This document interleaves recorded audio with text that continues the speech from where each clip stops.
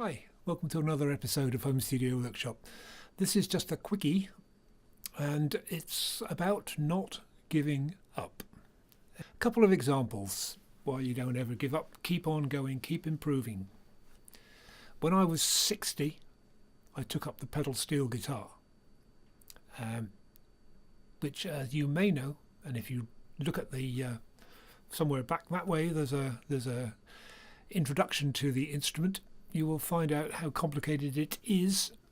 It took me 5 years to grasp it, but point of the exercise, I have done a lot of recording on my own with it. It sounds like a pedal steel now, and quite recently I've done some quite major work with it, and it's another example of why you must never give up. Keep going on.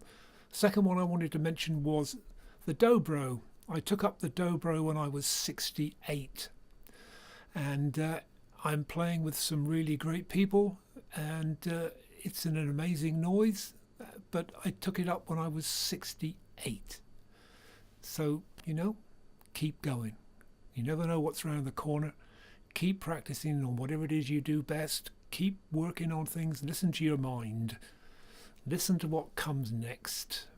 That's great advice, I think.